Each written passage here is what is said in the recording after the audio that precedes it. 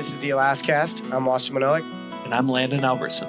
Just a couple average bros trying to be above average, trying to fill that freezer and make a little less wall space. But in the end, it's all about the adventure. I work out pretty consistently, and I know I'm strong, but I don't look like I did 6-7 years ago. I don't know if that's because the beer budget went up or I drink more freely than I should. Like my wife, she won't drink like during the weeks and sometimes during the weekends. And obviously the whole pregnancy thing, that keeps him away from the drink for quite a while. But I'm looking at temptation over here, and I know Derek is too. We got some Space Dust IPAs sitting right here looking at us in the face. It doesn't look like he has tempted. Yet. I got to wait until I see how this conversation goes. I'm just kind of coming out of like the draws. I won't even talk about them anymore. You guys already ironed this all out. But we're coming at you live from the... We're down here in the cave. We're down here in the cave. Once again. I used to call this a broken arrow cave. My wife said no. I used to have all my arrows right here that I'd fixed up, trad arrows and arrows that I busted and brought back to life. And she's like, no. And now it's quickly becoming like... Isn't broken arrow, what's that code like in the presidency, right? Broken arrow? Yeah. What's wrong with the broken arrow code? Yeah. I don't know. Oh, it was just the Broken Arrow bar. I was calling this the Broken Arrow bar. Oh, she just didn't appreciate Why she did not like that?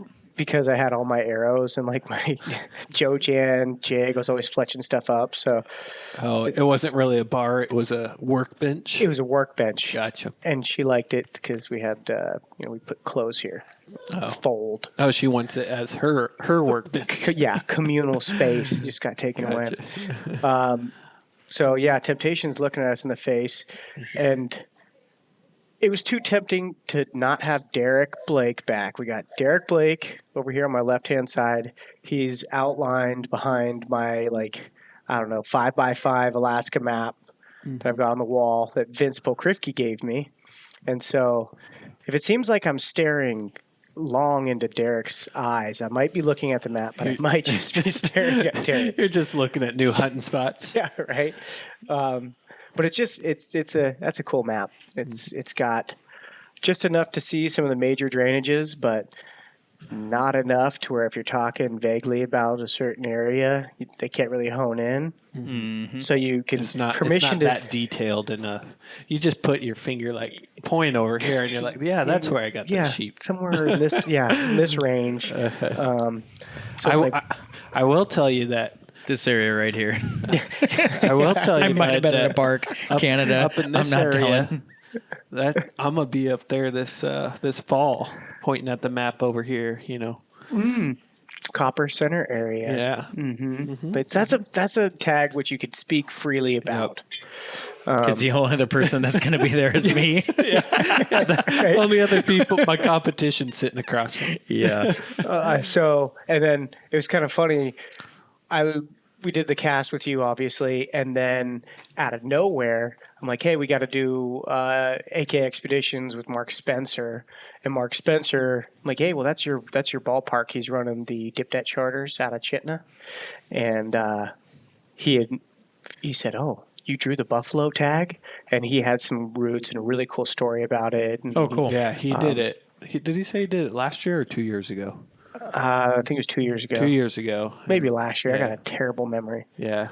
But AK Expeditions, they flew in for that one in late winter. Flew in and landed on a lake, and then got the buffalo from there. But the same tag or the Chitina one? He did copper? Yeah, copper.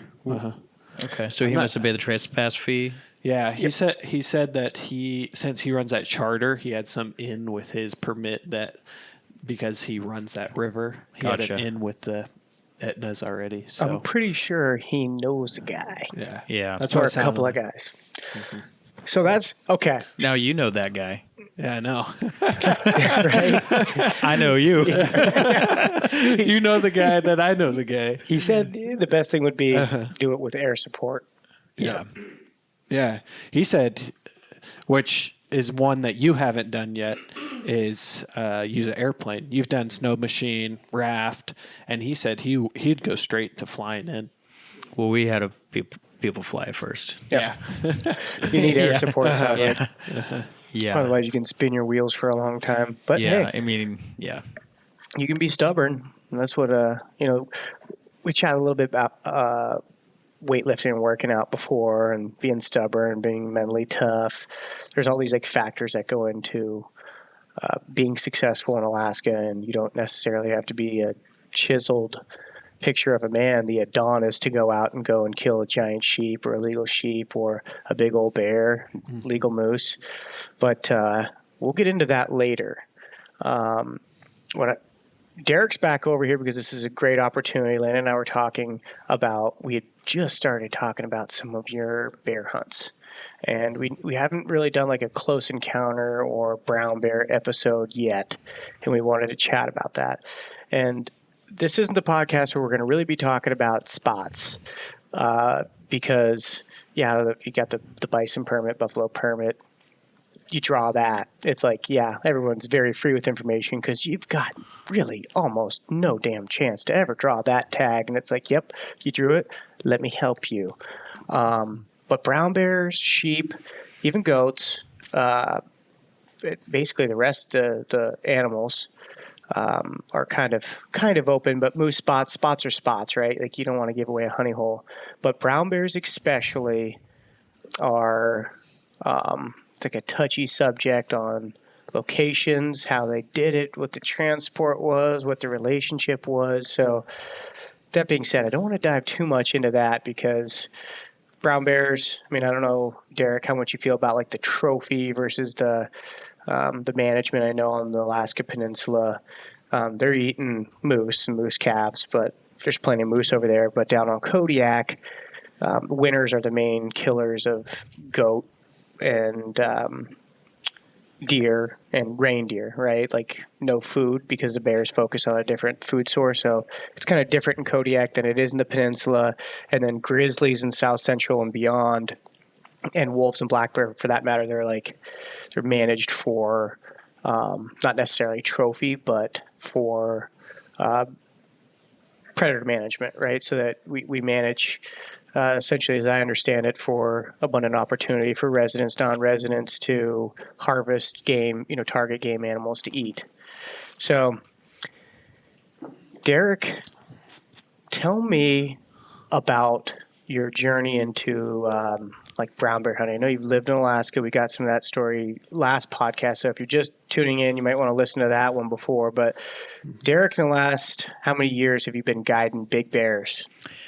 I have been guiding with Paul Shervanack for the last 4 years, and before that had guided with a couple different outfitters on Kodiak. I have about 12 years experience on Kodiak now.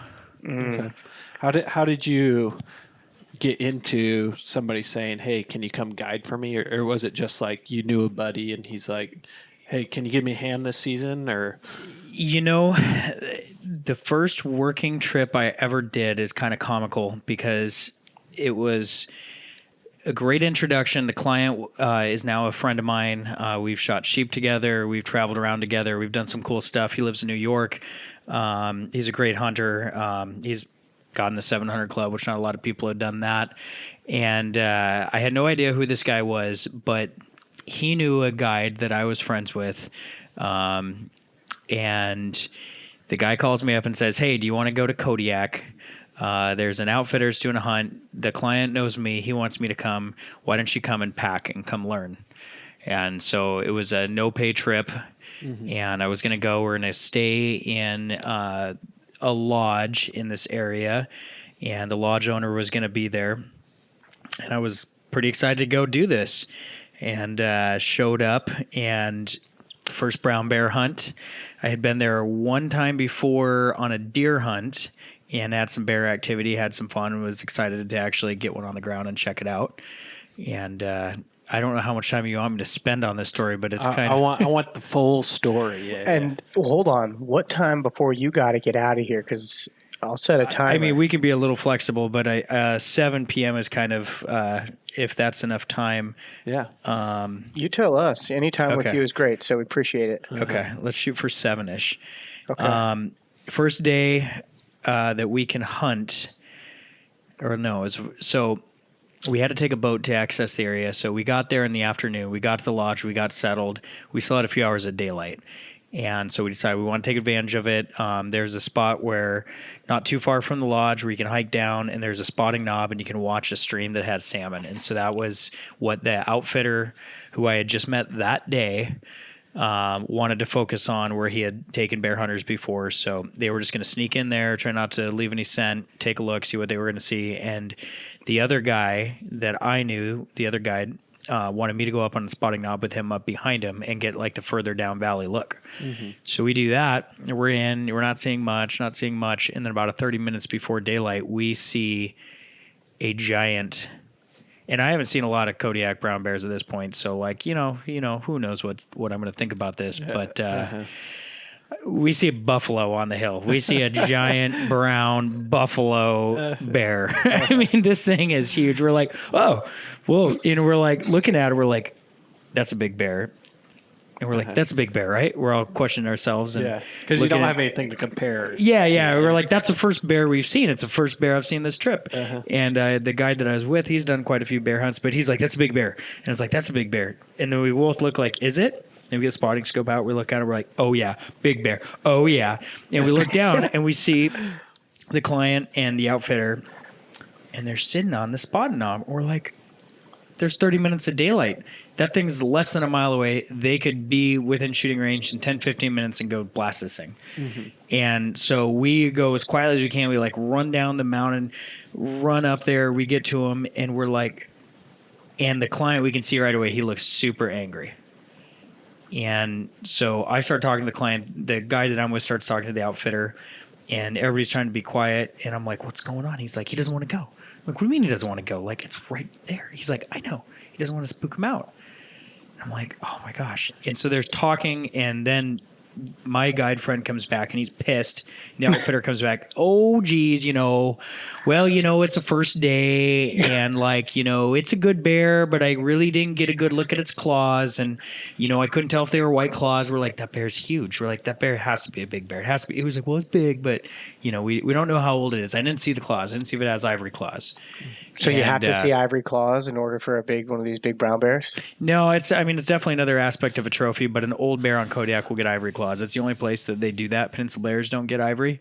Okay. But I mean, like the bear we killed last year, ended up being solid ivory, a 20-something-year-old bear. Wow. It's a cool aspect, but like, So they really like look them over before. oh yeah, now like, I mean, this is obviously my first bear hunt, and now like it's, I kind of get where he's coming from, but even me and the guides that I work for, we would have killed that bear. And as the story progresses, you'll find out also why you killed that bear. Oh no. So we sneak out in the dark, and we go back to the lodge, and we're all kind of like, I don't know if we think that was the best decision, and go to bed. The next morning we get up, and right away, before it gets fully light, those guys start walking in, and Joe and I go up the mountain to go look up valley.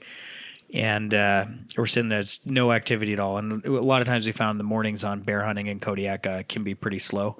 And, we always call the morning move around 10 a.m.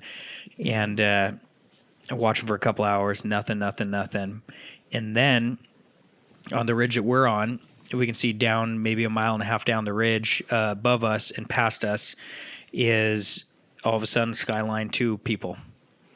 So we look up there, and there are 2 hunters. And literally watch all of a sudden them like looking down not too far after getting up to the ridge, and we see them start excitedly moving down towards that direction. We can't see anything. They get down, they go, stop. We see them get set up. Boom. Boom. No. That was a little over 10 foot and 28-inch bear. Oh my gosh! And that was the bear you guys. That were was the looking at? bear. That was the bear. We ended up no. hiking up and talking to him. It was an outfitter that came from the other side and guided hunt, came in and did it. And that bear hunter that we hunted. I'll abbreviate the rest of the story. We hunted 9 more days and Added 9 more? well, after that would have been technically full day 1. We hunted 9 more days before we even had like opportunity, and then we had a bear that we thought was decent boar that we went after, got closer, kind of decided it was like definitely 9, but not 9.6, and the guy's pretty solid hunter. And he's like, you know what? He's like, I only want to kill 1 brown bear. Like, I'd like to get a more mature bear than that. He's like, I'll come back. He's like, it's okay. So we ended up being pretty far down valley that day. We're looking for deer. He ended up shooting a pretty decent sick of blacktail buck. I'd say like 98 inches or so, which a lot of the blacktail guys here might recognize, but a decent buck. Yeah. You know, it's a shooter, especially if you're not Respectable. going to shoot another one or if you're not from here. You know, it was a good buck. Not all-time booner. No, all-time not- booner's 108. 108. And so, What's a giant? What's a mega giant? well, it just so happened we shot that 98-inch deer. We go down, we're working on it, and it was just me and the outfitter. The guide, he was pretty frustrated. He also tends to have a drinking problem. I don't work with him anymore. He was too hungover that day to make the hunt. Not the best guide recommendations. Yeah, and I mean, granted, he kind of went as a buddy with the guy, but still, you know, I was excited about the experience, and so we get the deer, we take photos, we get it all quartered up and caped out, and the outfitter looks at me and he's like, "Hey," he's like, "Do you mind packing this whole thing?" He's like, "I pulled something in my back, and you know, do you mind packing it?" I was like, "Oh, I don't mind packing it. Sure thing. It's only a few miles. You know, we got to go down a hill and then out the valley. It's not a big deal at all. It's going to be dark, but who cares?"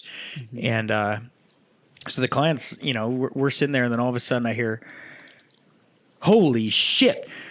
And I look up, and 60 yards away is what you would call the giant deer. A mega giant. The That- mega giant. I know what a mega giant is. It's so mega giant, I'm and it's- extracting juice here. So this is the first mega giant deer I've ever seen in my life. I grew up hunting deer in Prince William Sound. At that time, I'd probably shot a couple hundred deer in my life already, you know, shooting a lot every year. And I'm looking at something that I've never seen. It's like a mythical creature. 4x4. It was only a 3x4 on top, butt eye guards. But the back tine length was amazing. You know, wrap around, the mass was crazy. It had everything. It was just like the perfect 3x4. I right away I put up my gun. Technically I'm not working, and I have tags in my pocket. I'm okay to shoot it. The client only had 1 tag, and he's like, "Can I shoot?" And he's like, "You only have 1 tag." And I was like, "Can I shoot?" And the outfitter's like, "No." And he's like, "Do you have a tag, Derek?" He's like, "Yeah." He's like, "Shoot that deer." He's like, "I'll help a cow." He's like, "Shoot it." And the outfitter keeps saying, "No." He's like, No, don't shoot it. Don't shoot it." And that's probably one of my biggest mistakes hunting ever is that I did not shoot that deer. You didn't pull the trigger. And because I wasn't working for him, and you know, I've actually never been around him. The client thought he was a joke. Everybody else thought he was a joke for screwing up the bear. And as the story continues, we'll find out he is more of a joke. No. And so we're talking, but the one guy, the outfitter is a very good deer hunter. He was won the big buck contest over in Kodiak like 4 years. And I was like, "What does that deer go? Is that a 120-inch deer?" And he's like, "If that was a perfect 4x4, if it had the other tine, it'd be mid 120s." And he was thinking after deductions, it was going to be like 118 to 120. And it was So was he this just day. trying to like pocket it for himself, or No, I don't think so. Or He's what? not like that, but I think he just wanted it to be safe and right. It was already going to be getting dark. Then we'd have to deal with another animal getting out. Anyways, I mean, we didn't shoot it. We start going out. You know, the client's kind of bummed. He's like, "Dude," he's like, "You should just shut that." I was like, "I know, I probably should have." You know, and Because I think packers, guides, and assistant guides, you cannot hunt while the while client is in the on- field. yep. But just recently, I heard that packers or people who are accompanying the hunt that aren't necessarily part of the hunt are being paid can. But usually, the guide or the outfitter might be like, "No, I'm gonna save that for a client," or "You're taking a client's animal." But deer, as we know, you may never see one again. Exactly. And I wasn't being paid. I was there yeah. purely for the experience and, you know, didn't take tip, didn't take money, was just there to go and be a part of the and group. just kind of learn and And do all that, yeah, so we're hiking out. We're kind of like, you know, whatever. We get over it. You know, it's dark. We're climbing down. And I got the whole deer in my pack. And Prize thighs, baby. Yeah, Christ exactly. I eyes. mean, our deer, it's not too bad to pack a whole one. And But they're bigger than people lead on. They're small, but especially the Kodiak butterballs. Yeah, yeah, and it was a big, it was a good mature buck. And then we're in the total dark, and the outfitter's kind of leading the way. I'm walking in the back, and the client's in the middle, and all of a sudden the outfitter takes a spill and kind of starts moaning pretty good. Like, I'm like, oh, that didn't look too bad, but he's hurting bad. And, right away the client's like, you okay? And he's like, he's just like moaning. We're like, what the heck? And like the client's looking at me and I'm kind of looking at him and we're like, what's wrong with this dude? Like he's seriously hurt, but I don't know how he can be hurt. And he's like, my arm's out of my socket. I was like, oh, okay. What do you want to do? He's like, we got to get it back in. I was like, okay, yeah, all right. He's like, can you guys get my jacket off of me? So we got the pack off of him. He had a day pack. I had my pack off. We took his jacket off, which was kind of painful. And he's like, so you got to pull it and pop it back in. And I was like, okay, I think I can do this. And I was like, and he's like, you got to get it at this angle. And he's like moving it up. He's like, but I can't move it. And he's like, when you pull, like, go ahead and go pretty good. And while he's telling me this, he's still moaning, and he's just like, it looks bad. And I'm like, okay, we got this. And I go put an arm in his armpit, basically, and then pull with the other arm. And I go to pull, and he kind of pulls against me and kind of winces, and he kind of moans and throws a fit. And he's like, that didn't get it. And I was like, I could feel it. Like, I could tell it was, like, close. And I was like, okay, are you going to be ready? And so this time I put my foot in his armpit.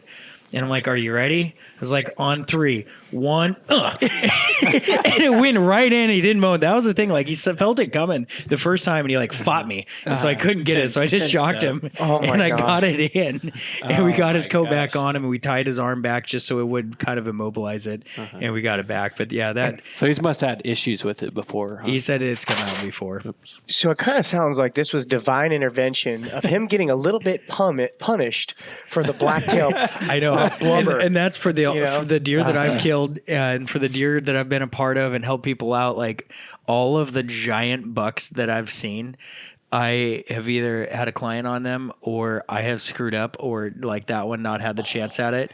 And so I don't have any like monster blacktails, even though I've spent 30 years hunting blacktails. That's like me with whitetails. Like I got a wall full of like, number 2 pencil 8-point Pennsylvania bucks and a couple bigger, but with blacktails this year, like I know what a mega giant is. Like, what's world record is 132 non-typical, Yep. and then 134 typical Sitka blacktail buck. And you're like, oh, look at these little deer. But no, when you see a mega, you're like, oh my gosh, oh my Lord. Anything over 100 inches is big. Anything over 110 is huge. And so this year, I mean, my wife shot a 108 buck, and then we went on a tear. We shot a bunch of deer. We got excited. That was the first hunt that I've ever done when I went from being I'm a fisherman. I love fishing. And then I went to Kodiak on a snow year, and the beaches were literally boiling with black-tailed deer. And you're like, oh, you pull up in a boat,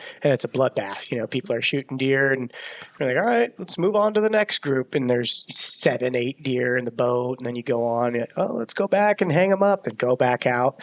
And then some years you go, like this year, where I got it kind of out of my system, where it was like, oh yeah, we got 3 tags, sweet, and then shot a bunch of like big forkies, and my wife shot the biggest one on the mountain. I was a 108, so she just scratched the all time, which I'm not like a big score guy, but someone's like, that's a really big buck. Okay, I measured it. I'm like, oh, cool. So that being said, I've gone back three tags in the pocket, and then last year I scored a 110 and 112. I was supposed to like shoot one, then go after one with a compound, then go after one with a longbow, but I couldn't help myself. There's 3 Boone and Crockett deer, and it's like a just laid them down. It's like a wolf that just killed a moose calf, and there's another one. It's like, oh, I can't help myself. It's like a dog chasing a ball. You're like, I just can't do it. I can't do it. I had them both on camera, and they're in the rut and really cooperating. Like, I just can't help myself. So trigger was too itchy. Huh? Yeah, man, and I really get scratch it. when my barrel gets hot. I get really good at shooting. So, so this year I shot the equivalent of a mega giant, a shot of 120, right? And it is a big 4x3, but on his third, I guess it's G2, on his 3 side, it's Do you just have that laid 120 here? out. Yeah. You I got to do. go get that. Yeah. Okay. You Well, gotta it's go get, screwed. we need to. Oh, It's okay, screwed into the my wall. and then Unscrew it. I should unscrew it. We gotta, Like, gotta why do we follow it. not have this Have this- 120 right here? Well, we were talking about bears, and we got to start getting to talk about blacktails You because did. blacktails. That one's beautiful too, man. Just a beaut. Well, and that was a hard hunt. So we went to an area where I actually put in for brown bear, and we couldn't fly into the juicy spot that we wanted to get to because weather on Kodiak, obviously. And we knew it was going to be great, but we couldn't get there. And the pilot called an audible for us. Where he's like, hey, we can go back to Kodiak and you could sit there for 2 days and you guys got to fly out the following day. Or there's another area over here that I could drop you off at. And we're like, drop us there. We were all kind of sick from going in a bowl and like him trying to find a We've got my son, 1.5-year-old son, father-in-law, mother-in-law. Mother-in-law's never actually been like on a actual hunting trip. Like she's gone to different places, but her thing is adventure and leaves the hunting to Vince. So at any rate, we would see 20 to 30 deer a day, but we saw 3 bucks the whole trip. Derek, Buck to doe ratio is a little off. 3 bucks the whole 5 days we're in Kodiak. You're not looking concerned. Bad hunter. Yeah. No, I'm kidding. I'm looking at your blacktail deer on your Instagram right now. I'm like, you're not going to bring it to me. I'm going to find it. Yeah, right. Yeah. God, dude. I'm surprised you didn't find it. You didn't see it on the board over there. It's a mega. Yeah, that's awesome. So check out Mission Alaska Instagram if you want to see a full picture of this bad baby. I think it was the Mustache Mojo. Oh, so look for a dirty guy with a mustache. So with a big buck, and that's the one. It was tough to hunt on that trip because baby was going out, and Derek would probably measure it and like. There's going to be deductions, but don't worry about those. Okay, you're just going for the net score. I'm just going for net. Okay, that's all I used. I measured it with a piece of 550. There's no stretch there.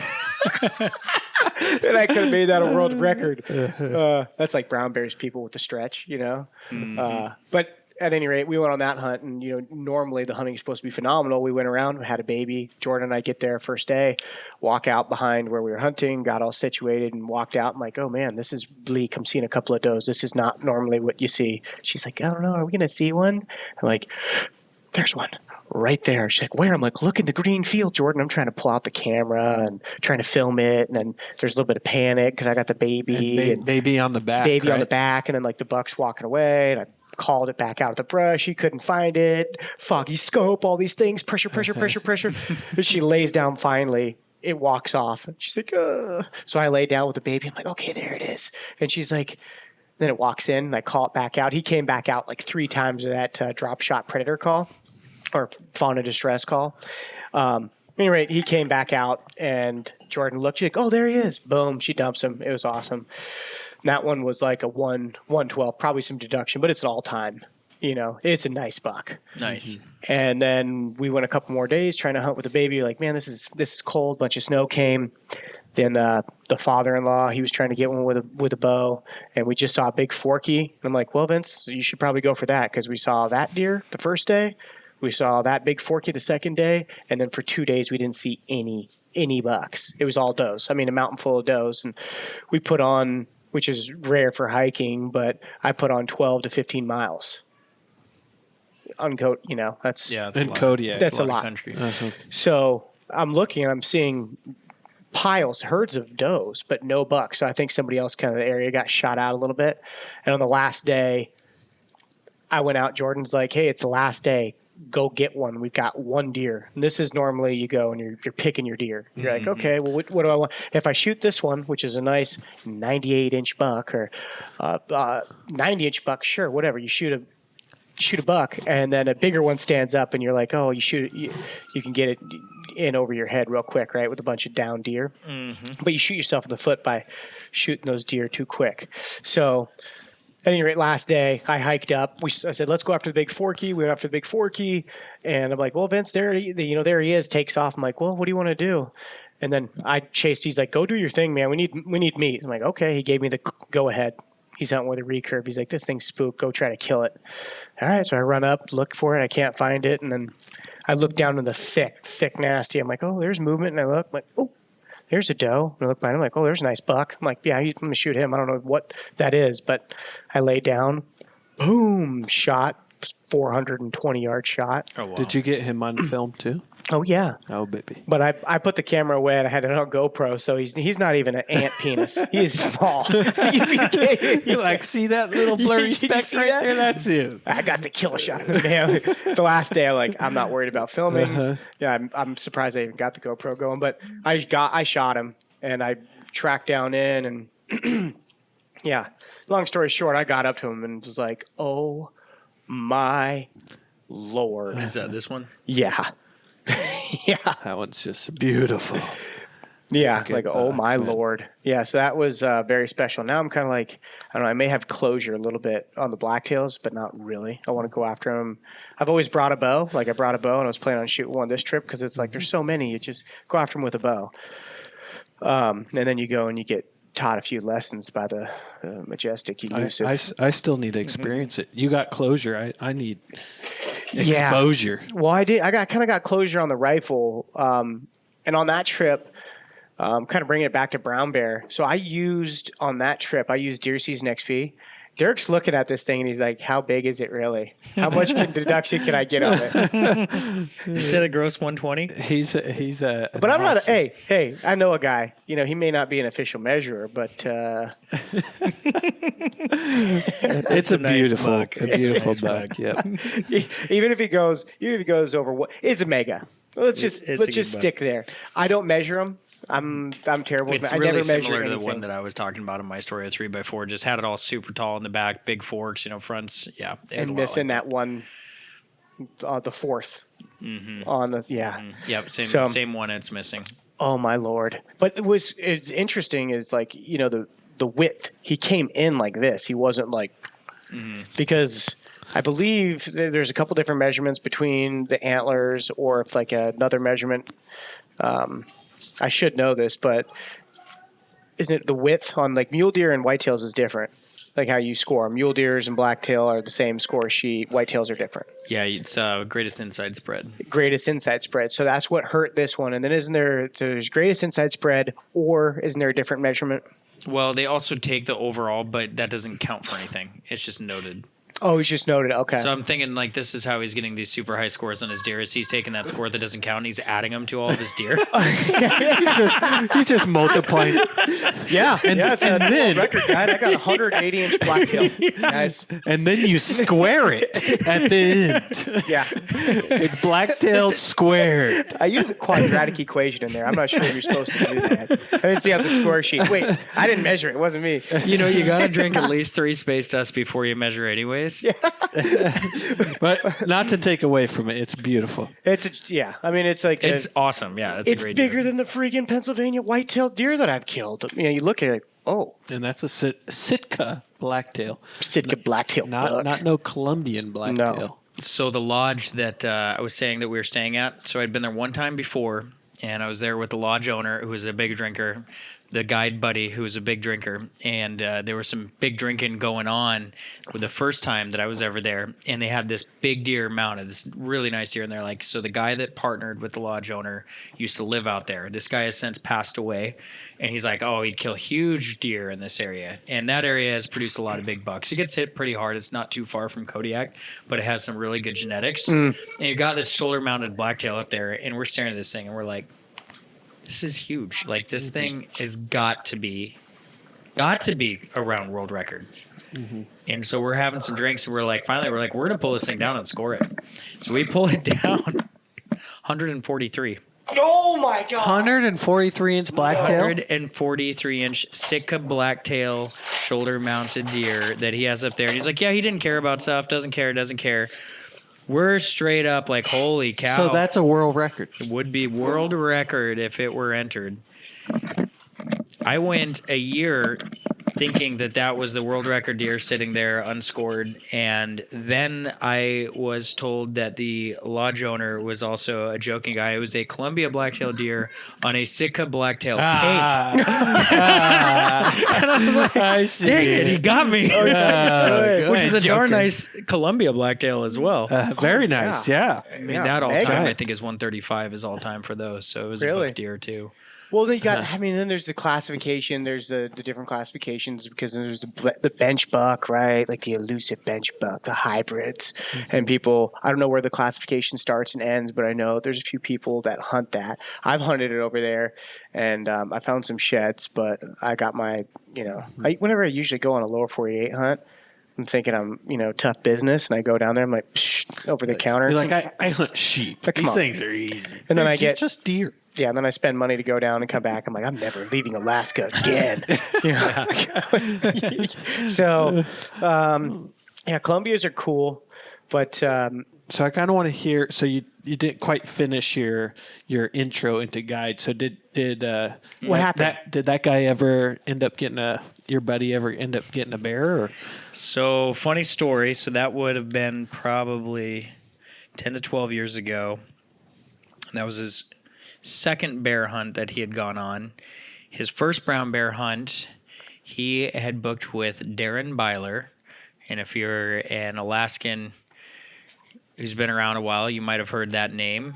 He's a guide that had been run out of about every port in every area in Alaska. He's lost his guiding license, lost his transporter license. Ooh, not a he was reliable actually source. in my area, my hometown area of Cordova.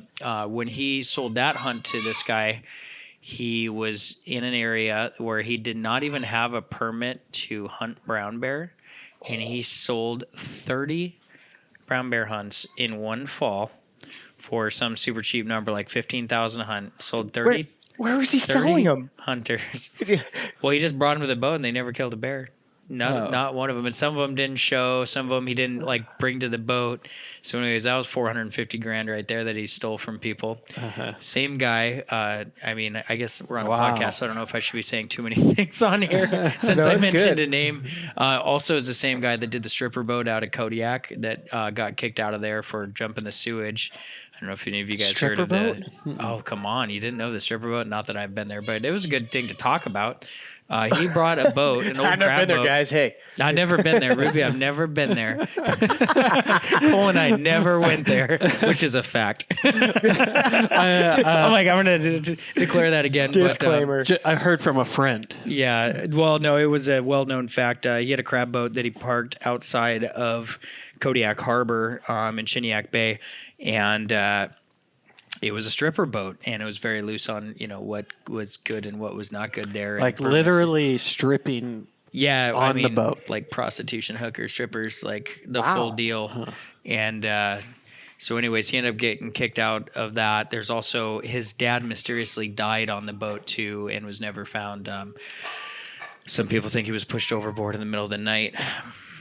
Yeah, all kinds of weird things all surround this to say, guy. your buddy booked So a that hunt was with this yeah. guy. He books a hunt with this guy. So that's brown bear number 1. Strike nothing. Then he does a hunt that I was just talking about. Brown bear hunt number 2.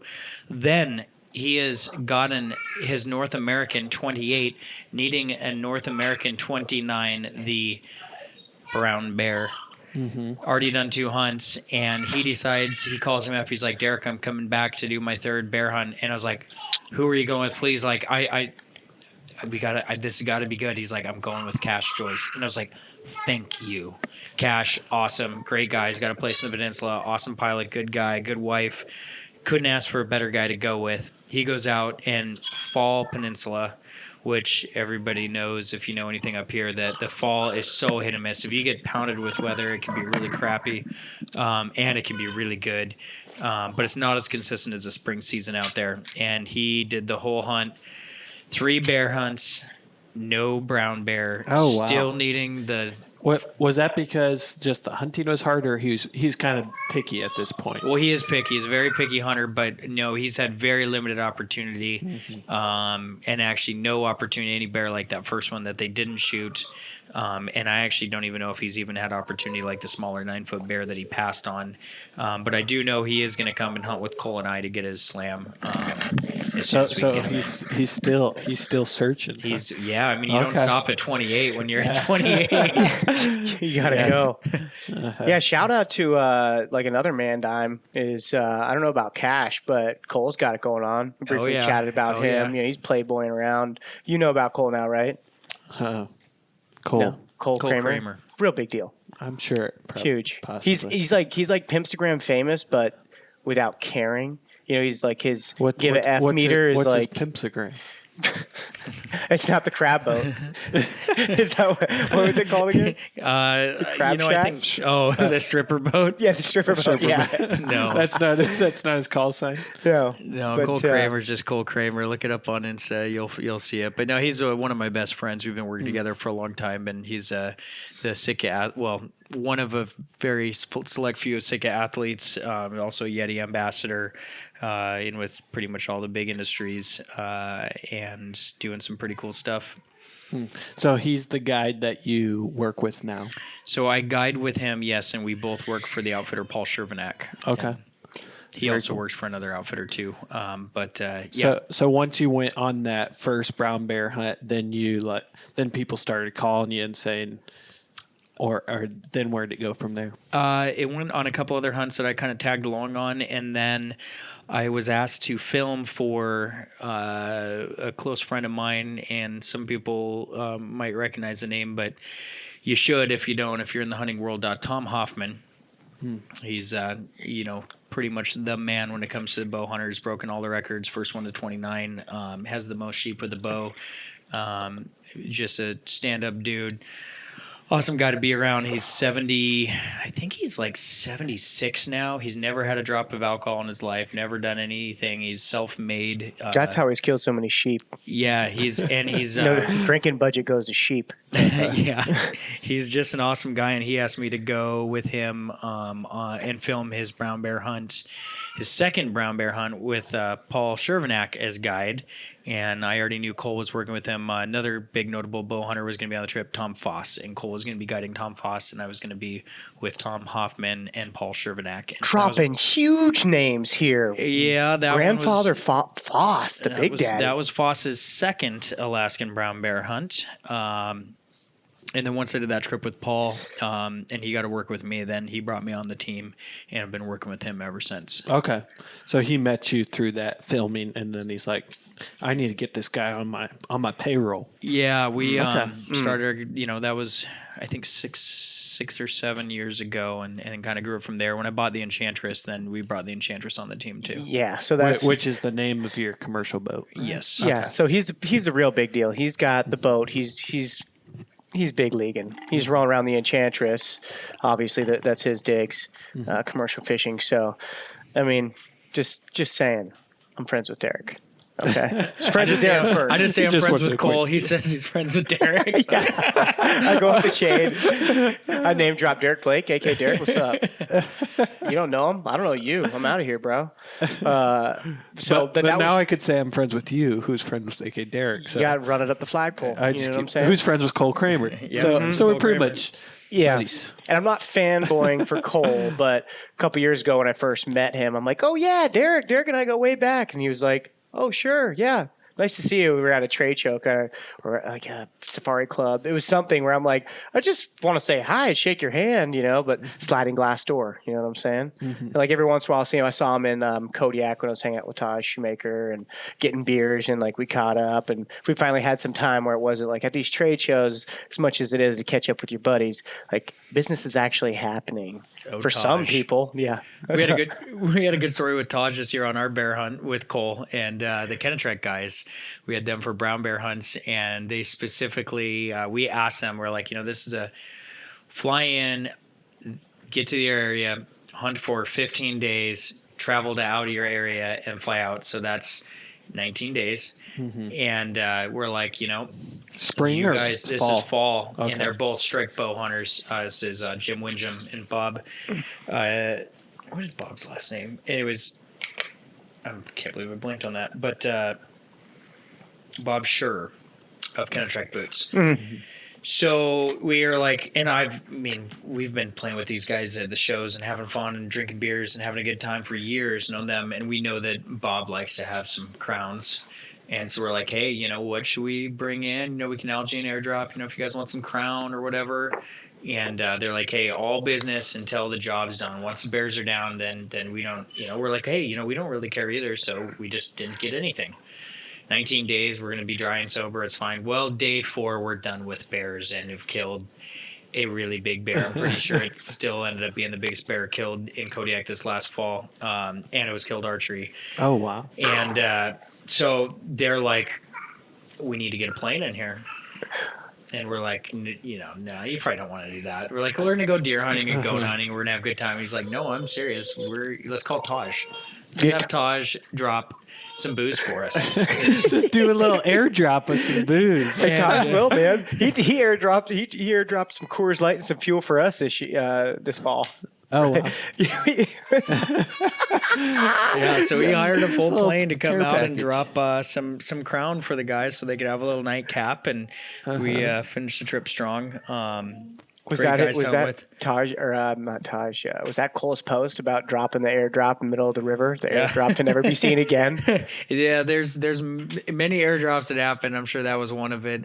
Taj also, him, so he likes to joke around. Oh yeah. So, anyways, Cole and Bob went to pick up the airdrop, and Jim and I were glassing for deer. And, we can hear some laughing, whatever. And we're just thinking, they just got some booze. They're probably like, they haven't had a drink in a week or something. They're probably taking some swigs and laughing at each other and not thinking too much about it. And we come back, we have dinner, we have a little bit of whiskey, nothing too much, just, maybe 1 or 2 fingers, on a glass, a little pull, and have a good night. We get ready to go to bed. And, I go to get into my sleeping bag, and, I was lucky enough to have a book in my sleeping bag. And so I get in there, and there's a book in my bag, and I pull it out and get out my headlamp, and it was male erotica. There's a little extra care package. And then in Jim's bunk, all of a sudden we hear this. He's got condoms. And then cousin Will, he had something else. I'm trying to think what he had.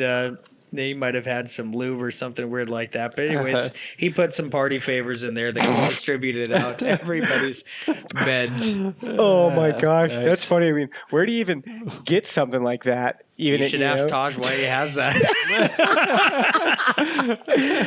Oh man, bush pranks are they're hilarious. But you got it. Like if you're gonna give a punch, you better be ready to take a kick to the face. Like I've been a Definitely. part of a couple where you see a mouse, like a little ground mouse, you can catch it, you put it in somebody's sleeping bag, they've been hiking around all day, they can't get it out, full cramp in the sleeping bag, Like, bush pranks go, yeah, they can be deep. I mean, you're not going to obviously do something that hurts somebody, but male erotica. Condoms, lube. I've heard of a blow-up doll, like making it in a camp and people crawling into bed. Like, what the, We had one of those sent to the Enchantress this year. Who even thinks this stuff? Jamie Hamilton. It's funny. There is so much pre-thought that goes into a good prank, and then to carry it all out and to really get somebody like in the middle of nowhere, like bush pranks, that's a whole nother level. Yeah. That's another level. I had in Texas. So, when I was doing film work for TV when I first started getting into the industry, and it was the end of the day, everybody had killed all their deer, and like, all right, yeah, crack a beer. This is actually middle of the day. Everyone shot them in the morning. Like, okay, cool. So, hey, they call me like Tweak or something like that because I'm flying around with the camera. I'm like the youngest cameraman I've ever had. Like, hey, Tweak. or like spaz, something like that. I wonder where that name came from. Hey, grab me a beer. Like, oh yeah, sure, I'll grab two. They're like, it's in the fridge, bottom shelf. And like, I open up the fridge and I pull out that bottom shelf, and there was a rattlesnake coming out at my face. It was a real rattlesnake, right? But they had froze it in a manner that, like, when you pulled it out, it looked like it was coming out. Like I backflipped, fell off the porch, almost broke my camera. Like that is not okay. Not okay. But Do you got a snake problem? no, Like, no you're scared snake of- problems. There's no snakes here in Alaska, but you know what a rattlesnake is. That's pretty Oh, yeah. like. And I'm a cameraman coming from Alaska, not seeing snakes. Yeah, you bet your sweet ass I was scared. So that was an expensive little whiskey drop, but I get it. When you're hunting the world's largest land predator, it would probably behoove you to not have any alcohol in camp or just even drink. I mean, you're hunting these animals, and like going back to your original story, like, oh, I don't want to spook it because apparently when you move or when you're hunting bears, as far as my experience goes, like I've hunted in the peninsula, I've hunted them here in South Central Alaska, spot and stock, baiting, killing a mature bear. Like I've been hunting a bear on a bear bait for the last 4 years. He's a Magnum Grizz, and he will not come in. I've heard him. I've seen him through the trees where I couldn't get a clear shot, and he was pissed. You can just hear him breaking trees. I'll leave. I've tried to fake him out in the boat, get the boat, act like I leave. I come back. He comes back, circles downwind. There's no way you can ice this bear. Yeah. So like smart bears are smart bears. And, I've killed a big one and helped on the peninsula, and it was a 9+. It was a big bear, but he didn't have the white claws. But he was missing half a ear. His neck was all keloid, scarred up, and you can just see on the mountain over there blood spots from him biting, killing cubs, and coming out. Just a mean old bear. But I've never hunted the Kodiak brown bears, so like it's kind of something like I'll hunt it if I ever draw it. Just like the muskox we went on. I'll hunt it if I draw it. And I know that there's other ways that you can hunt certain areas for brown bears. Are most of the areas you hunt draw? So they are. They're all draw for residents, and then the outfitter they work for has a federal permit, so he's the only guy that can bring in a non-resident. So he basically controls the draw on the non-resident side because he only has. So that means he has tags that he he can has sell. tags that he can sell a hunt and guarantee a tag. Okay. And so Nobody else can be put in unless he puts them in. So he can. And that's just for non-residents. Yes. Okay. So that's the gripe. We were talking a little bit about this. That's the gripe with residents being like, hey, well, I want to go and kill a brown bear. It's like, well, there's ample opportunity across the state to go and kill brown bears and grizzlies across the entire state. Do I agree with that? No. And I'm not sure exactly why that it got put in, but also with brown bears, with a lot of these different areas with outfitters, residents, non-residents, non-residents have to be guided, but a lot of it is land control, like land grabs that keep certain people out. Like me, for example, like I can't go to certain areas because if somebody has the land access there, all of the air taxis, the transporters, they won't take you there. So it's not even that the land is private; it's just controlled almost by like. It's not private, but all the tags are draw, so you got to draw the tag. Yep. So- And then can even- residents go in? Like, right? Can residents, even if they drew that tag, they can't go? I don't believe they can go into the federal area, right? Or maybe they can, but they have a very tough time getting there because in that particular spot, there's plenty of area to go, but in like one particular spot, like some people may not be, unless you got a cheat code where you can go around it. You've got a buddy who's got a boat or something like that. There's different areas where you need to get permits, but those permits are all accessible, but you need to do it where you're legal. Right. Yep. So there's ways to do it all, and the outfitters that are doing it in those areas have the permits. The permits are out there. If you don't get your permit, you're illegal.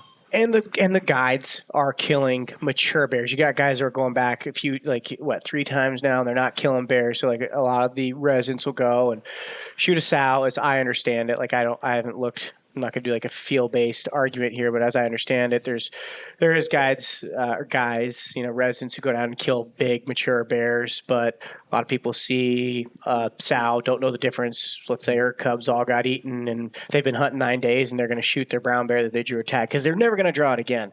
And like, hey, if I'm there, if I draw a tag and I'm hunting 10 days and this is my shot and I've seen one bear, like I'm probably going to shoot a brown bear, right? Unless obviously it has cubs, but the brown bears in general, and like I don't know how much time we have left to cover here, and I don't know how much we want to talk about the non-resident versus the resident. And that's just kind of a wash. If you want to go and kill a brown bear, residents have ample opportunity to go do so from the Alaska Peninsula all the way. Well, grizzlies, I don't know exactly where the line is. They say like 100 yards from coast, but I know some of the bears inland are eating salmon or just as salmon fed as other bears. So grizzly bear, brown bear, there's plenty of opportunity to kill them. There is a gripe with the brown bears down there, but whatever. I mean, even if I could go buy a brown bear hunt, like to go do some of those hunts, it's expensive to get down there and go do a non-guided resident brown bear hunt. Yeah, just to do it. I'm going to be offering transport hunts this fall, and I had a resident that hired me to go to an area on the south end of Kodiak, and with their air taxi and everything that they're doing, it's going to end up costing them $15,000. Oh, wow. Part of that is location based, but and that's not guided. That's just you. No, that's just me transporting and housing them. Oh, wow. They're going to have their air taxi to get to the boat, and then they're going to stay on the boat. Okay. Now, you just dropped that. That's gonna be public domain here very shortly. So you're offering. Tell me a little bit about that and what's going to happen. So I'm still working on some. So nothing. I'm not able to book anything as of right now. But when I get a couple more permits in hand, I'm going to be a transporter in the state of Alaska, and I will be offering transport hunts. So I have some friends and stuff that know this is coming up and have kind of said that they would like to do it. And so that's going to help. I'm going to get my licensing, and I'm going to have a couple of friend trips that I'm going to do to get the bugs out and get things going. But then I'm going to be offering basically custom hunts off of the Enchantress. The boat can go anywhere. We can do anything. I'm going to focus around Kodiak a lot just because there's a lot of good opportunity for mountain goat. We have deer. We have bear. There's crab. There's sport fishing. There's all kind of things we can do, and I know the island really well. I'm already there working a lot. So are you going to focus on bear, or are you going to do like deer hunts? I'm assuming that I'm going to mostly get. So I'm already going to be guiding bear hunts, and as a transporter, I can't be your guide. You hire me as a transporter. I can't touch. I can't say, but you can stay on my boat. We can feed you. We can take care of you. I can bring you to new hunting spots every day. Primarily, these are going to be most likely out-of-state guys coming up with a group of 4 or 5 people to go deer hunting. You can't touch? You can't say? That doesn't sound very fun. Sounds real fun to me. I think you got to do the work now. It didn't last long, did it? No. So it's, after my guiding season, I'll be doing these, and then I just get to be Captain Derek again. And that's what I do the most is run my boat and offer a good time. And I know where the deer are at. I know what's going on. I'm willing to go work for it. And I'm going to put this out here. This is going to be the first time this goes out there, but I want some Alaskan hardcore dudes. So I want some people that operate the way we do. Yep. I'm ready for somebody to pony up and be like, let's go get a glacier bear. I want to do some creative stuff. I want to go spend 10 days in Yakutat. I've already done the legwork. I want to go do it myself. But let's get somebody. Let's take the boat over to Yakutat. Let's go catch big halibut. Let's go catch some steelhead, and let's go kill a glacier bear. See, he's got niches on niches over here. We can do anything. We can go anywhere. So explain to me what a glacier bear is. That is a blue bear. Yeah, that is the probably rarest trophy in Alaska, and that's like people ask me all the time. They're like, "Well, what's next for you, Derek? What's next in Alaska?" And it's like, well, that. I mean, I've kind of done everything else, and I'm now getting to do it all again with Ruby. But I think glacier bear. Like who do you know that has a glacier bear? Jack Frost. He's got 2. But other than Jack Frost is a pimp. There's one in the Juneau airport and one in the Yakutat airport. I've seen one. There's actually Wasilla Sportsman. Fur, right? There's one in the Wasilla Sportsman. I don't know whose it is. I'm going to pay attention to it now. I've seen it there. I've been going to shows where 12 or 13 years now, and I've talked to people. I've played dumb at some booths, and I've talked to clients and people that have done it. I've watched these talk to them, and then I've talked to them. I think I have the info. I think I know enough about areas and where to look. I think we can make this happen. Yep, I know. Well, yeah, he says I think he knows. Yeah. What I know the area. What causes them to be blue? Is it a genetic thing, or is it a? I know that they call them spirit bears, and That's a white one, isn't it? Well, they're. I mean, or is it the same one or the other? I don't know. Same, I think same. But you're not allowed to shoot a white one in yeah, Alaska. That's not illegal. allowed. So, well, like I think their nose colors. I'm like, where's our fact checker when we need it? Leo. Yeah, we Jen, need somebody Jordan? that's on Keepers in on the Google background. right now, checking everything for us. So, real Googling quick, the Darren Byler stripper boat. I was on the airport with him when he was bringing strippers at one time. They're not the strippers you wanted to see. The material wasn't good. I had a couple. I mean, this is where we go. This needs to be way more often. You know, we need to have call-ins where we dive in. But you know, talking about we could jump back and forth, and that's where I'm terrible. I can go into a rabbit hole and jump into another one. Mm-hmm. John Graybill. You guys know about John Graybill? No. Graybill was the one who was guiding illegally in Katmai National Park. He did National Geographic did an article on him. This is years ago in the 70s called the Outlaw Wars. That's good. Real quick over that way. Real quick. So the troopers had him. Come these like old stories, bush stories. Real quick, trooper had him. Right, waited for him all day. Can't remember exactly how the story goes, but basically a trooper had him. The trooper became hypothermic, and he's like, well, I've got to fly. Graybill says, I got to fly. And the trooper's like, yeah, you're right. And he's like, all right, well, my plane's stuck. You need to jump out. It's, the floats are stuck on shore. I need you to push. And, okay, he gets out. Trooper gets out to lift him off, and he just full speeds out of there. He gone. And the other thing that I heard, one of the mythical legends about this guy who's illegally guiding, absolutely the worst kind, right? Like, I don't know who he was outside of that, but going and doing something absolutely wrong. We all know the difference. Obviously, it catches up, but he was going to get caught. And apparently, the troopers had him dead to rights, and he walked over to his Super Cub and he lit that sumbitch on fire and said, "Yep, you ain't confiscate my plane." Just burns it. Burned it to the ground. So there's Graybill. And then, hold on, you had Darren Byler. I get it. We're talking about the spirit bears. Yeah, look up types of bears. So yeah, John Graybill. I know that there's there's a diagram. But first, I kind of want to hear from you, Derek. What is a day-to-day guided bear hunt? Like, you wake up from camp. What are you looking for? How do you tell the difference of a good bear, sow, boar? What are you looking for? Run me through that real quick. Well, we do two different hunts. My spring hunt's very different than my fall hunt. Spring hunt, we're staying on the Enchantress in the evenings. You have a lot of daylight, and so we're getting up and we're taking off around 7 in the morning to hunt. And towards the end of the season, sometimes we're not back until midnight. You have a ton of daylight. Mm-hmm. Fall time's a little bit different. We're hunting. We're in a tent camp, and we're having breakfast at or about 7 a.m. Cole and I are having our coffee together, and 7:30 the clients come in, and we feed them breakfast. And there's plenty of time to get your stuff ready. Usually I'm jumping up to the spotting knob before it gets light, and the clients come after in the daylight.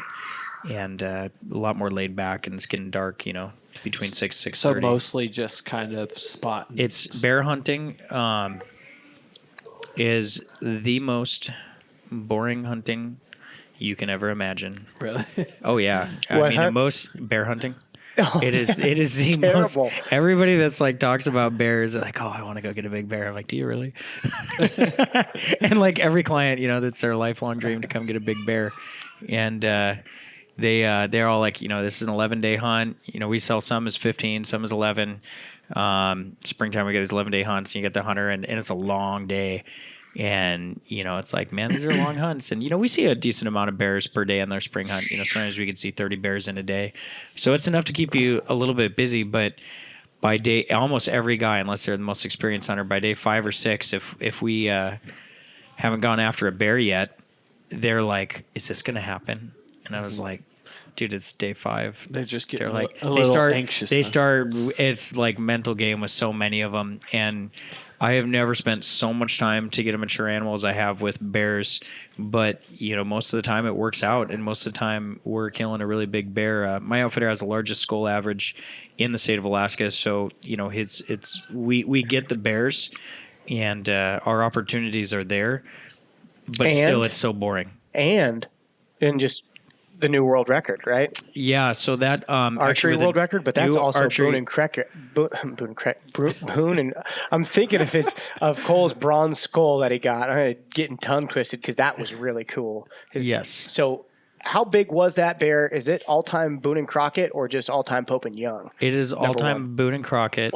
Not number one Boone and Crockett, but it's all time Boone and Crockett. It's 29 and 5. Oh. 29 5/16. All-time Boone and Crockett's 28, and it's the new number huge. One Pope and Young bear taken by one of my best friends, Chris Kamak. And that was with the outfitter was Bill Stevenson, and Cole Kramer guided that bear in springtime of 2018.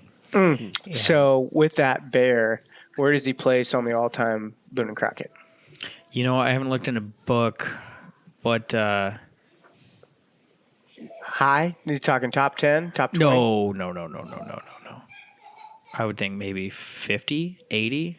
Oh, wow. Okay. I think the world record's 32 or 31 and some change or something like that.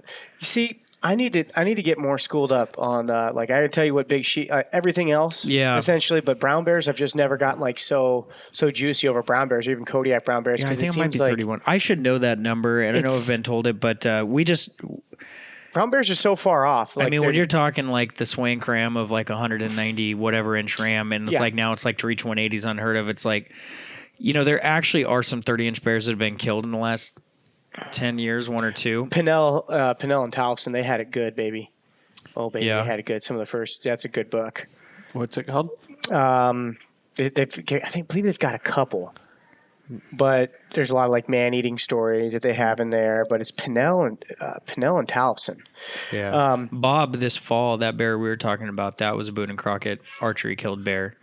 We were real excited about that one. He ended up having an underbite and was missing some teeth.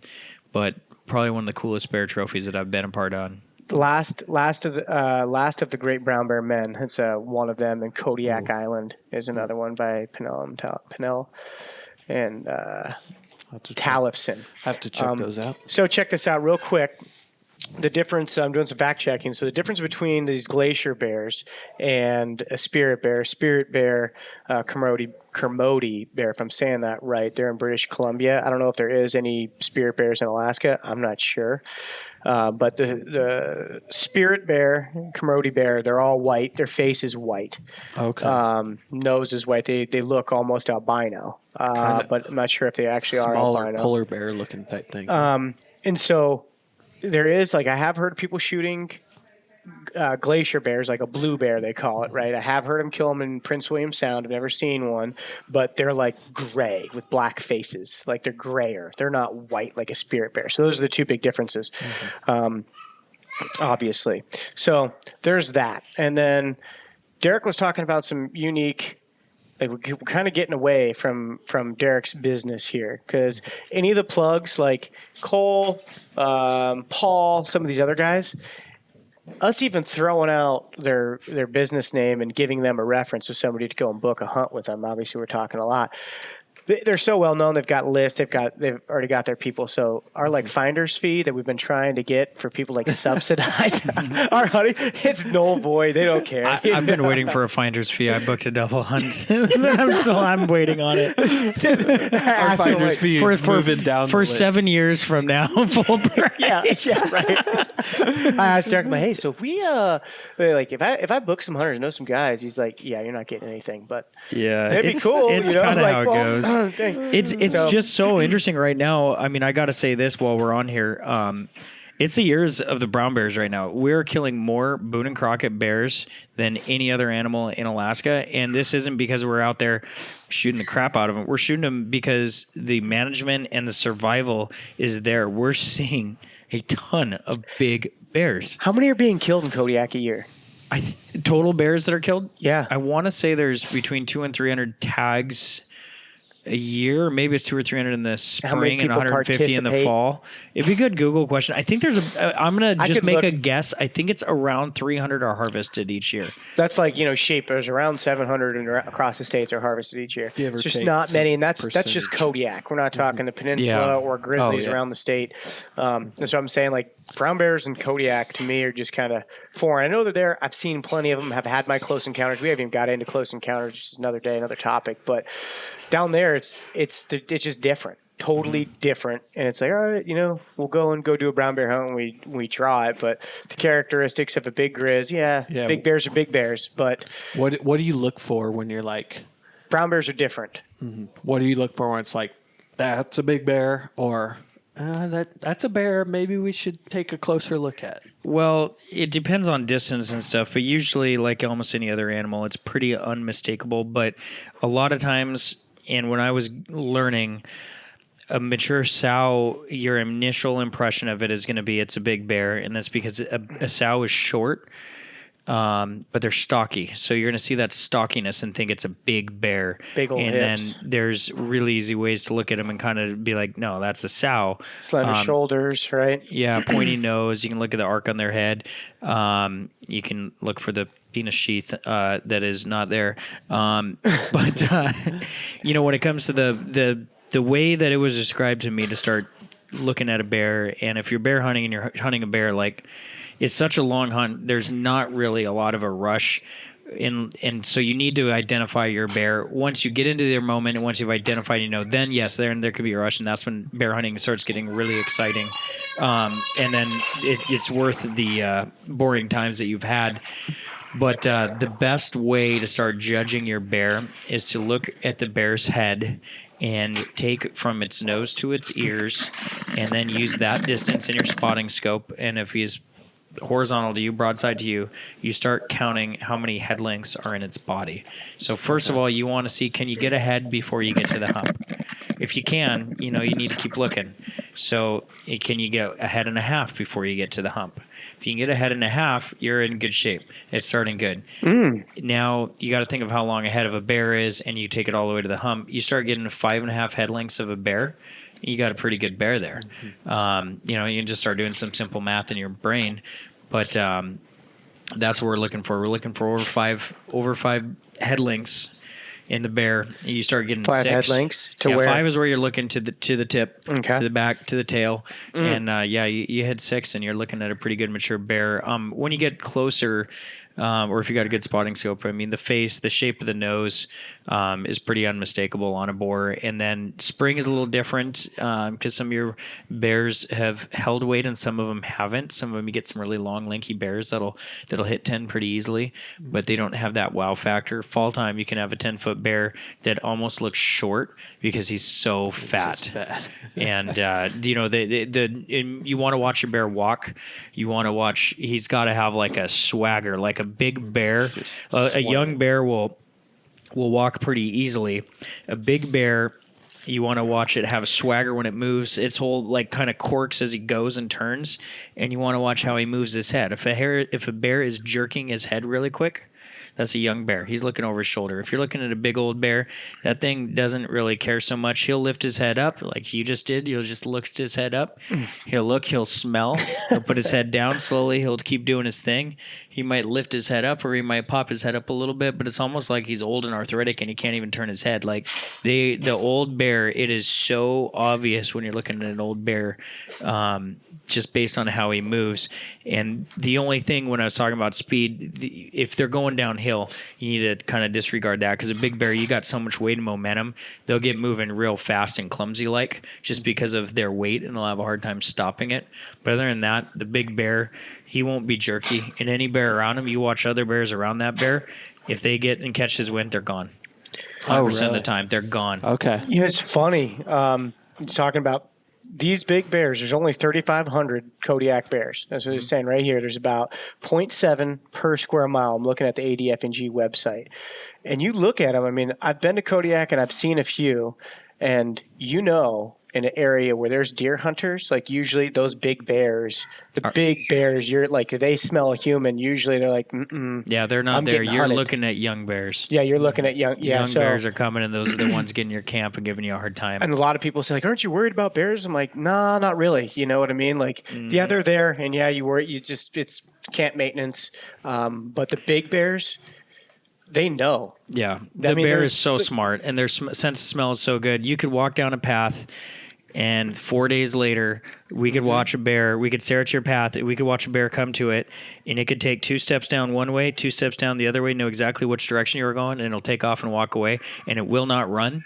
It's just going to methodically start moving, and it'll be, you won't even think he's hardly covering ground, and he's moving fast, slowly, if that makes sense. Like, he doesn't even look like he's walking, and he's like covering ground. Gone. Gone. Yes, Yeah. and he will keep going. He will leave that area, and he will not come back. I was hunting Black Hills with Burnett, Soul Hunter, and I showed Taj the footage later, and he's like, yeah, that's a big bear, and how it's behaving. It looked over its shoulder, it was running away, and he's like, yeah, I think that bear's been hunted before, where I was blowing the fawn in distress call, all these deer start running, and the fawn in distress can be a bear call or a deer call, right? And all of a sudden, out of nowhere, below us 100 yards, stands up, he'd caught our wind, and stood up and turned, and he actually boogied. He boogied, but he ran to about 1,000 yards, then slowed down, and then methodically walked off, gone. We watched him walk for miles. And Taj was like, yep, smart bear. He's probably been shot at before. You notice how he stopped just outside a rifle range? I'm like, I think a couple guys could have still touched one off, but he did. I mean, like, he barely, like, he slowed down, and the last thing that we really got good footage of him, he slowed down, quartering, walking away, and barely lifted up his head. Like, barely, not jerking, barely lifted up his head, big old white claws. Tim gave me a big old hug. He's like, that's what I wanted to see, a bear up close, walking away, Walking away. And here, not here we coming are. towards me. Yeah, right. Well, here we are.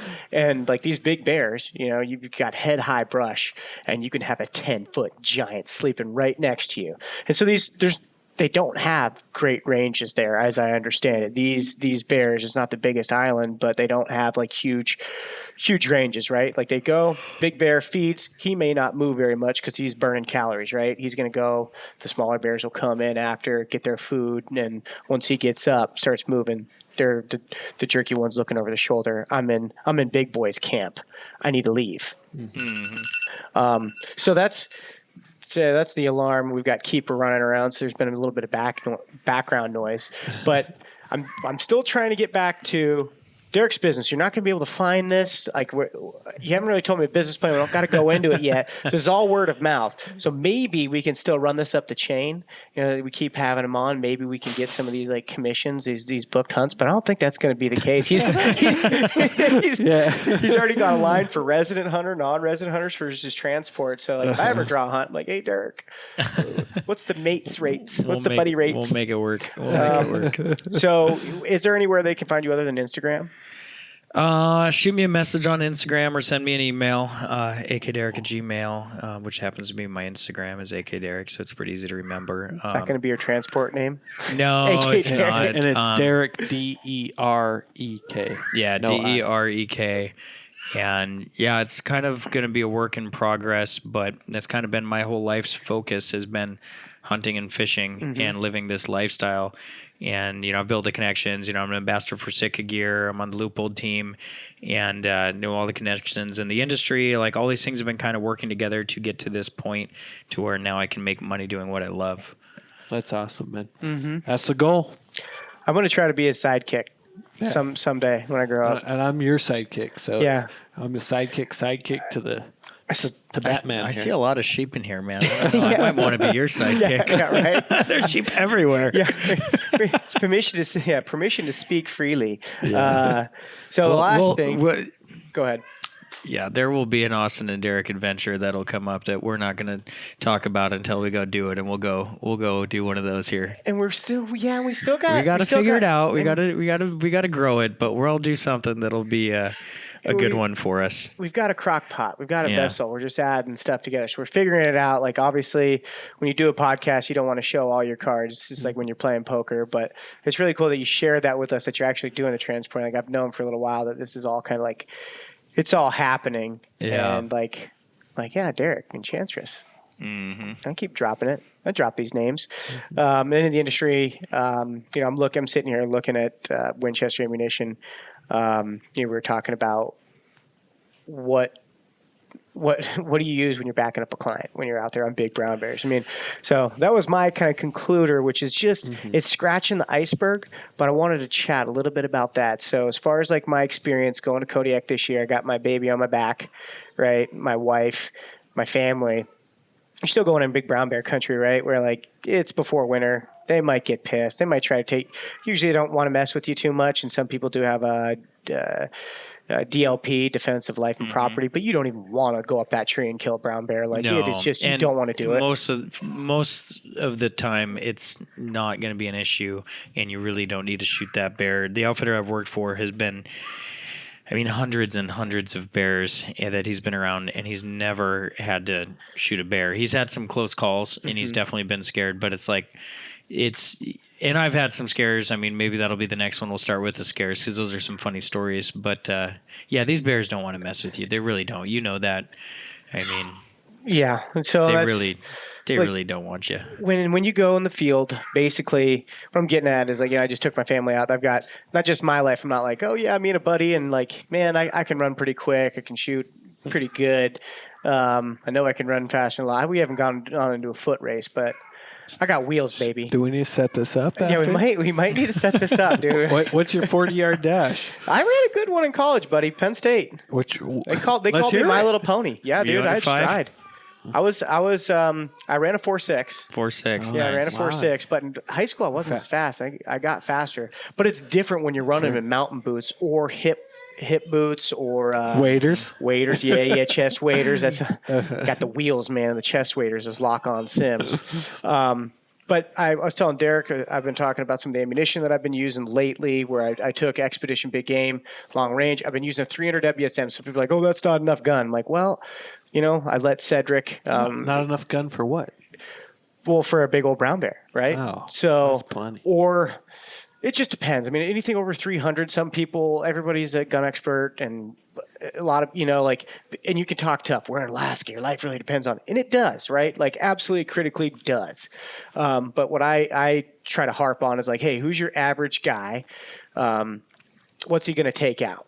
You take out what you have, obviously. And some people, I've killed everything with 160 grain bullet. I've killed everything with 180 grain. Obviously, you want to have like a heavy grain bullet.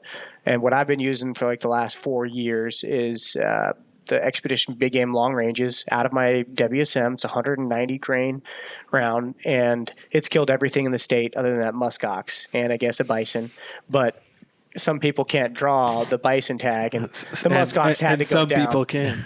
And so some people can. So, right, yeah. So I've killed moose with it, right? One shot, it's great. I've killed deer with it. I've brought it into the field with me for blacktails, but also that's a great round to take. So if your life does depend on it, you got a big brown bear, I'll put my life behind that, right?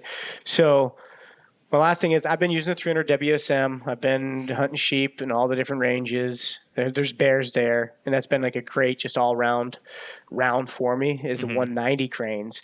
And I've killed everything, where the majority of everything have been a part of a lot of kills with 180 grain bullets.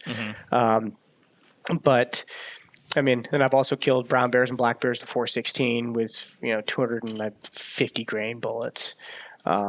Maybe it's 240. I haven't hunted with that 416 for a long time because that gun box the ammo when you pull the trigger and you're reloading. It's cha-ching, cha-ching, cha-ching. They're $150 boxes of ammo. So as far as like bang for your buck, what's going to be cost effective, what's going to do the trick for the animal, what's going to back you up if you do have that concern. I've been using 300 WSM. I've used the 350. For a long time, I was using a 350 Remington growing up out here with 225 grain AccuBonds. And I'd use Barnes X with 225 grain, but it was just a lob and bullet, and out to 300 yards is about as effective range. You could shoot further, but that was a popular guide rifle, actually, short, light, and powerful.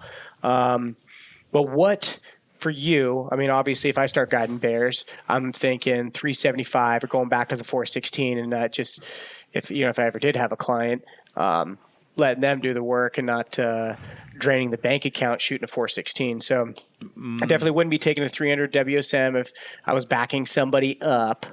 That being said, I have put my life on the line with these 300 WSM with 190 grain bullets. I work with a couple guides that shoot 300s actually, but most of the guides are shooting 338 and 375. And I have both, and I use my 338 on my rifle clients, and I use my 375 on my archery clients. What are you putting up top? You said you're a Loophole affiliate or partner, ambassador. Yeah, so the VX6 1-6. 1-6, okay. Yeah, so that one you can, when you got your close range, when you got, it's right up in personal, it's right there. And the VX6 HD Pro right now, it's got a CDS custom dial. So on my 375 with a 300 grain bullet, I can dial that thing. And if I need to, what we call logging, if you need to go out there and knock down an injured bear at 400 or 500 yards, you at least know where you can send them. Mm-hmm. Now, what is that? The course in Texas that everybody goes and takes is like the Sammy course of the VFW. Cole went there this year. I don't remember what it's called, but I know that he had a really good time. He did an abbreviated course there and had a blast. And I know that they give for different individuals going out there. Some of the outfitters will give like a discount if you go and take that for proficient shooters. So I mean, the 375, 416. They're all going to get it done, right? Like, oh yeah, I mean 416s. That's what I shot my Cape Buffalo with, and that gun is fun to shoot. You shot a Cape Buffalo? I shot a Cape Buffalo. Oh yeah. Now I remember you did all safari style. You were looking lean and mean. Yeah, I had it all. Yeah, right. Yeah. Sika took care of me on that one, and we had a pretty good trip. Yeah, that was a good adventure. So that being said, your 338. What do you have on top of that?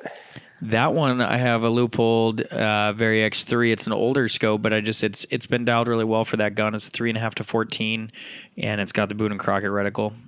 That's what I have on the 350 Remington Magnum. And it's so quick and easy if you got to go out. And I've had to follow up on some client's goat at a long range of like 450 yards, and was able to at the last minute do a dropping shot on a goat at that distance to the 338 without even, I basically just took the range, saw it, jumped down, laid down, knew where I was at with my scope, squeeze it, and thing came rolling down. It's toast. Yeah. Knock it out. 338 is a little bit of a 338 gun for a mountain gun, but I like heavy, that gun. I like it. Gun. I've taken it on so many hunts. So it's a Seiko. It's their Kodiak Special. It's got a shoulder barrel and it's heavy, and that thing is just so comfortable to shoot offhand. I can just put it up and shoot. So Landon, the big Landowski, what gun have you killed that brown bear? I guess grizzly. But what's your go-to in Alaska? 300 Win Mag, Remington. Okay, there you go. Remington. We're going to have to talk to you about that. Yeah. We're going to have to talk to you about It's that. a 300 Win Mag, but it's a Remington gun. Okay. Yeah. I was like, is there a caliber here? Because my 416 is 416 Remington. Yeah. And that's the standard there. Although there's a 416 lot and a 416 something else too, I think. The Ruger's making Ruger. Yeah, 416 Ruger's making a 416, and then Weatherby's got all sorts of those different. They're filling niches in the sexy, fast category, hard hitting. The Mad Catters. Yeah. Those are some big guns. Yeah, right. So they got a beautiful gun as well. But just call me a sucker. I'm a sucker for like this Winchester XPR, like a $400 every man's working man's rifle. You could use it as a boat or if you need to. Mine's all scarred up, scratched up, and man, that's killed 3 sheep. I mean, it's basically killed everything that I've shot in the last couple of years with a rifle. Yeah. Last three years. Yeah, other than like I use a 350 Legend just to go see how it would work on a mountain goat, and that thumped that joker dead in his bed. Well, Jen shoots a 30-06 Browning, and I like that a lot. It's lightweight. I grew up with the 06. My Remington is heavy. Like hauling up the hill feels like I got a full pack on my back already. So who knows? Maybe I'll do the switch. We'll see. You know, It's taken down some critters. It's got a name behind it. Maybe it's done its part. Yeah. When do you retire? When do you retire something that's great? I think that once you realize how heavy it is on your back, and that there's lighter models out there, that might be the time. I'm really tough. Very, very, very, very tough on gear. And like some of these beautiful rifles, Model 70 by Winchester, like I have them. Well, I guess I did have an extreme weather stainless steel. I'm working on that. We'll chat about that. But I don't know. I feel so bad taking it out. This beautiful rifle. I'm tough, dude. It's Some of the hunts, just too pretty. Yeah, I put them through the grinder. I'm a bull in a china shop when I go hunt. It's a full contact sport, So I'm tough on gear, thrash gear, blow out the crotch of pants, consistently. Are we still blowout talking jackets. about hunting here? Oh yeah, yeah. It's full con. Yeah, I'm not an MMA fighter here, buddy. But I don't know. That's why I like the affordable rifles, just because I use them. I like to bring them along. I like to give them to people to use when they're like, "Oh yeah, I've got this gun." I'm like, "Well, kind of make me more comfortable if you use this, but." You do you, boo. And if it's going to make you more comfortable, I've got this on backup. But I just know that my setup has worked. It's pretty standard for your average Joe hunter. Most of my Alaska stuff is really standard. I don't use my custom crazy. I do have a Gunworks. I do use that on some Alaska stuff, but most everything else, I'm shooting a Winchester Model 70. I'm shooting a Seiko. I'm shooting a Browning A-Bolt, the older precursor to the X-Bolt. I mean, A-Bolt. Yeah. Do you remember that one? Yeah, I killed some moose a while back. 17 years ago, probably, or something. With the 325. Yeah. 325 WSM. I got the 270 WSM. I like that. It's a nice little shooter. I shot my first sheep with that, too. Maybe first couple sheep with that. Yeah. Maybe first 3 sheep. I don't know. I shot a few sheep with that. I don't know what it is, but just kind of like the cheaper rifles out of the box. They work and they shoot good. They shoot They're really talking well. about accuracy and Yeah. So that, yeah. I could go on and on about the XPR. Yeah. We could go on and on about rifles. I know you got to get out of No, doing I got a another dinner podcast function with a about that, client, actually. Friend and client now. Dude, this is a big deal over here. This is. The thing is I came to Wasilla and I never come to Wasilla. Or are we Palmer? We're in Palmer right here. Palmer. I'm on the line. So you didn't quite make it. So yeah, fine. we're a little old town called Wasilla. But I feel like this is gonna have to be something we do every week. I think so, man. We got too much juice to extract. We need to have. He needs to be regular. He should just be host, and then we'll just be low guys on the totem Why don't you guys pole. come to Cordova next week? We'll do a Cordova edition. I'm going to come down. I've been threatening for a long time. I need to come down. The ranch, by the way, the shooting ranch is the FTW. That's what it is, FTW. So I believe Larry Wysoon, I used to film Larry Wysoon's hunts, a lot of them, with him and Blake Burnett, and he was doing another show with Matt Hughes called Uncaged with Matt Hughes. But they were real big on that 375 H&H, and they had a FTW, like custom gun. So they were doing all sorts of critters with that gun, Ruger 375. So it's Ruger 375. Yep, I got the 375 H&H. And also Larry was hunting with that number 1 Ruger. That was pretty cool, seeing him doing some stuff. But FTW, that's a shout out to them because we were talking about it. I know that's very popular. I know a lot of people are listening to this. Our gun nuts are going to be like, how could they not even get that right? So before you take Let's not forget about the 458 lot. Oh, gosh, right? Yeah. There's a lot of good ones. Well, before we take it offline for any corrections that you hear, since I already hit my concluder, I already got my XPR, old trusty I call her, with Expedition Big Game Long Range. I got my plug for her. You can find out any of that information on WinchesterAmmunition.com, Winchester.com. Follow along there.